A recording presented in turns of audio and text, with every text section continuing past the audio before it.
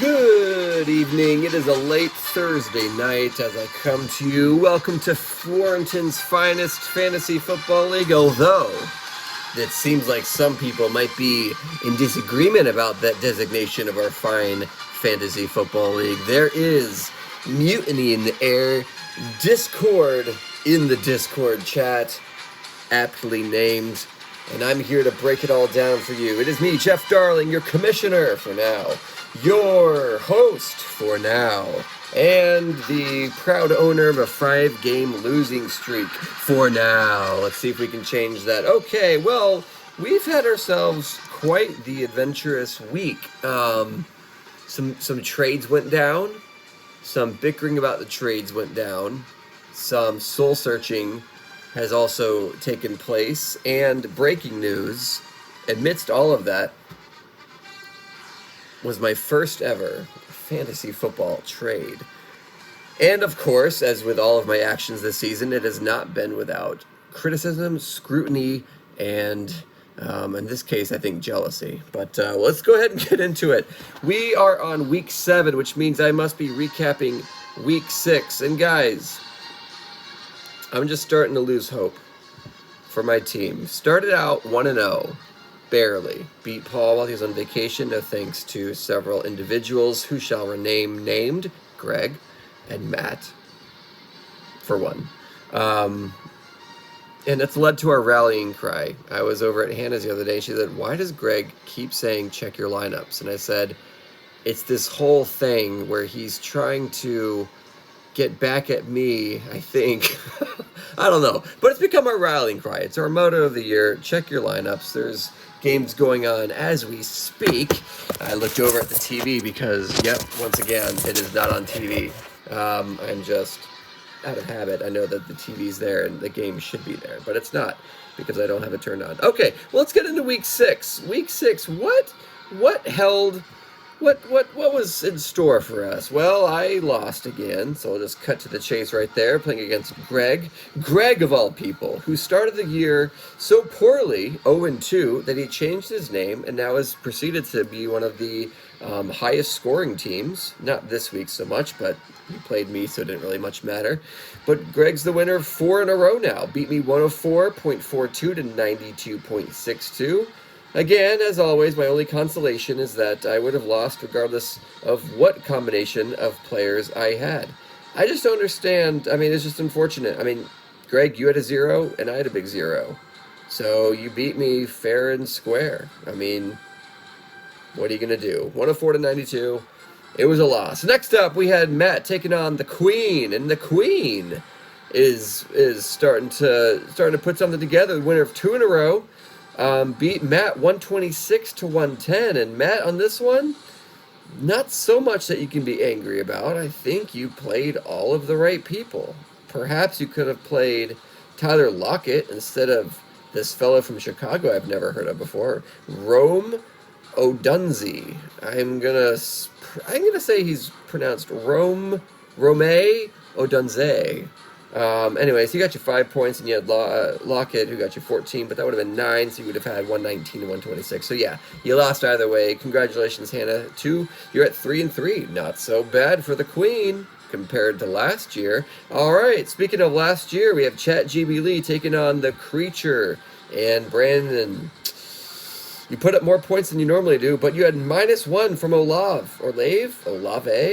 and I mean, really great performances by everybody but him. I think if he got you you still probably would have lost. Sean's on a roll. Scored 125. I mean, Kyler Murray only 11 points, but when you've got Montgomery, which is not on your team anymore, and you've got Pollard, who's not on your team anymore, and you've got Deebo Samuel, who's not on your team anymore. That's strange. You just traded away 3 of the top scoring people from your team. But who did you get in return? More on that later. All right, moving on. We've got Michael taking on Dan. And Dan, what the heck, dude? Like, seriously, last week you just crushed me, and then this week you put up an old stinker of 68 points? Even I could have beaten you. Even I. 1-5 Jeff. Michael wins 94 to 68. So you had Dak Prescott with 3 points, Dan, and you had Gesicki with 0 points. and your flex with 5 and your kicker with 4. It's kind of strange that it was as low as 68. Guys, I saw this picture. I'll see if I can find it and put in the chat. This guy who was trying, he was first place in his league, was trying to win, and he scored 1.6 points, I think, for the entire week. He had Dak Prescott, he had Etienne, who had -1. He had another guy that had -1. He had the Dallas defense, who got a -4, and it was or -9 or something. It all added up to 1.36 points with an entire, like, looking at the lineup, he's probably projected to score like 120 points, and he got 1 point. Can you imagine that? I'll try to find it, because that blew my mind when I saw the bad luck of putting that team together. Anyways, Dan, you're not undefeated anymore, and you did it in the most, spectacular fashion ever. So, all right. Next, we had Carlos taking on Jason. And, Etienne, there you go. -0.1 points. -1 yards, and then I guess he went and retired. And then you have Ayuk with 4 points, and then the Jets defense with 1 point. So, if it wasn't for that, I mean, on your bench, you've got Goff. It's not so much on your bench. What are you supposed to do? Could have played I almost said the Clippers. Could have played the Clippers defense. That would have gotten you 6. I think you're going to lose either way. Jason wins 122-90. Carlos, so sorry for that. I think you need to change your name another time, because neither of these names have been working out for you. Last matchup of week 6 was Mike taking on the Weasel.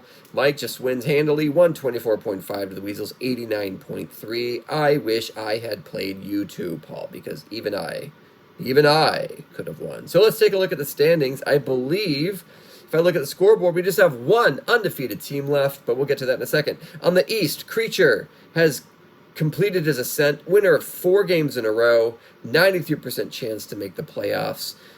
Sean is at 5-1. Team Touchdown did in fact take his first loss, but still stands tied for first place at 5-1. Then slightly above average team and Greg. So Jason and Greg both are 4-2. Matt is 2-4, and I am in the basement at 1-5. Ugh, this is very sad. Not having as much fun when you're 1-5. But that could all change. All right, in the West, we got Mike at 6-0, Michael at 4-2, Hannah at 3-3, and then my kind of people, Carlos and Brandon, 1-5, the Weasel 0-6. So somehow there's people that are worse than me. Just one, but 2 other people that are the same as me.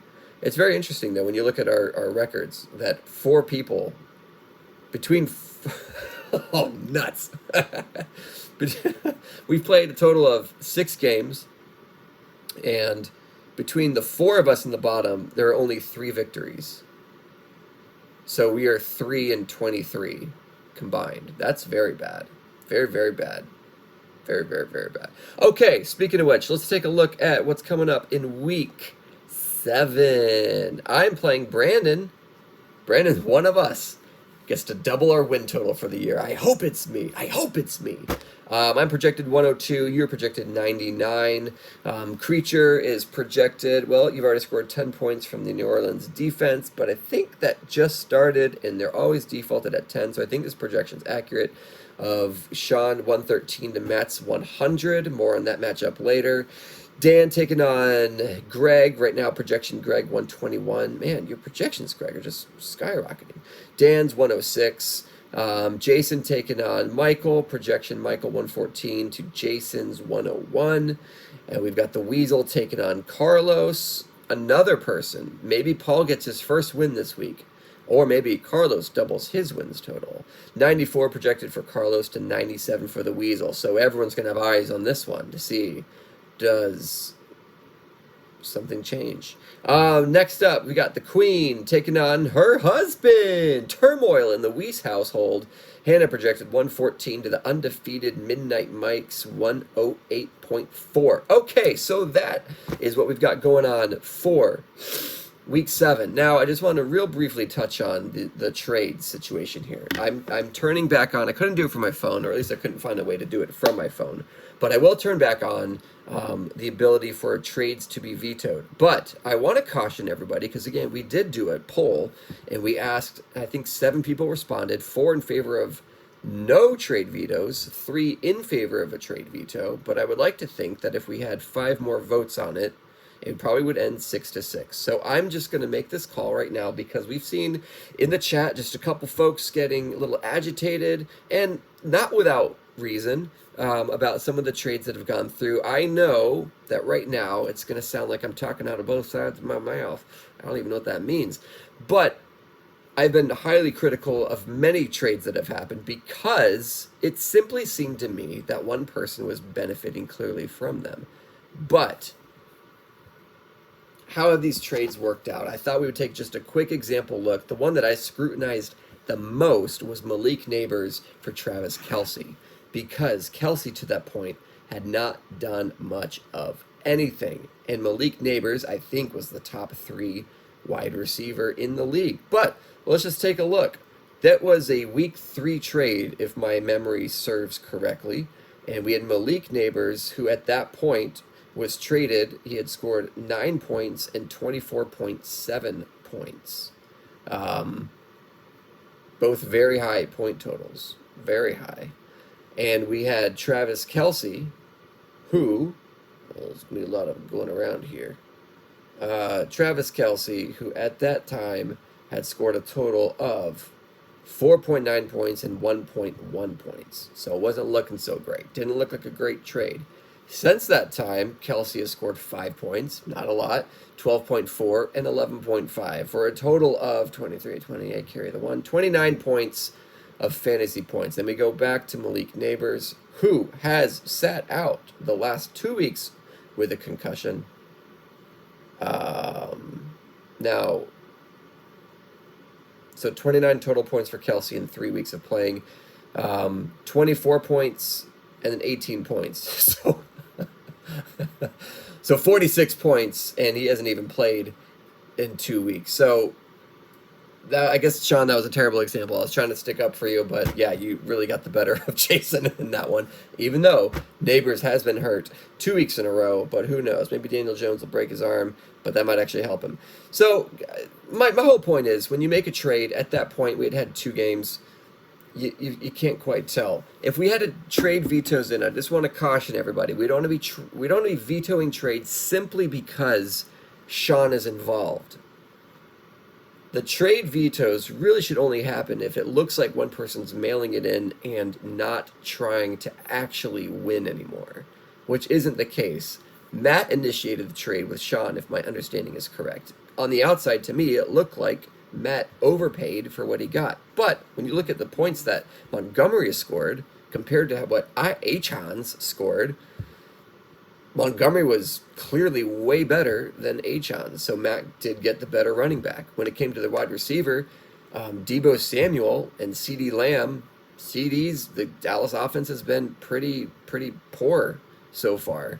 And Deebo's had some pretty great games. So I would say the receivers name brand, CeeDee, seems more value, but for the season so far, Deebo was playing a lot better recently. So, and then with my trade, we won't even critique that one because I did get CeeDee Lamb. Like I said, Dallas defense isn't so great right now.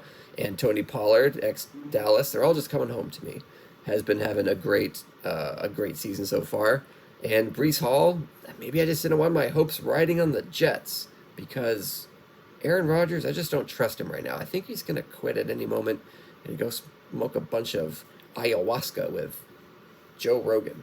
Anyways, with all these trades, guys, if there's one where it's like clearly, it's like just a really, really bad trade, that's where we're going to put the vetoes back in. But if we do what appears, if you look at like a trade value thing and it looks like a pretty even trade, we can't just veto just because, we're trading with Sean and he's 5-1. That's not, that's your right. If he proposes a trade to you, you are free to reject it. But if somebody says, actually, my team can get better from this, yeah, Sean's 5-1, but I'm 1-5 right now. Yes, I'm giving him Breece Hall, but yeah, I'm getting back 2 really good pieces. Maybe I can actually start winning here. When you are at 5-1 and you've got a great stacked roster, you can afford to overpay for a player that you really want. And if you are on a 5-game losing streak and you're willing to part with a good player to get 2 good players, it happens. So let's just have fun with this. We all did a buy-in. We've all spent $30, which isn't a ton of money, but it's money. And nobody wants to, except for Matt, I think, do the calendar punishment I know I'm 1-5. I'm trying not to lose because that's not fun to lose. So let's just have fun with it. Don't let the trades ruin anybody's mood.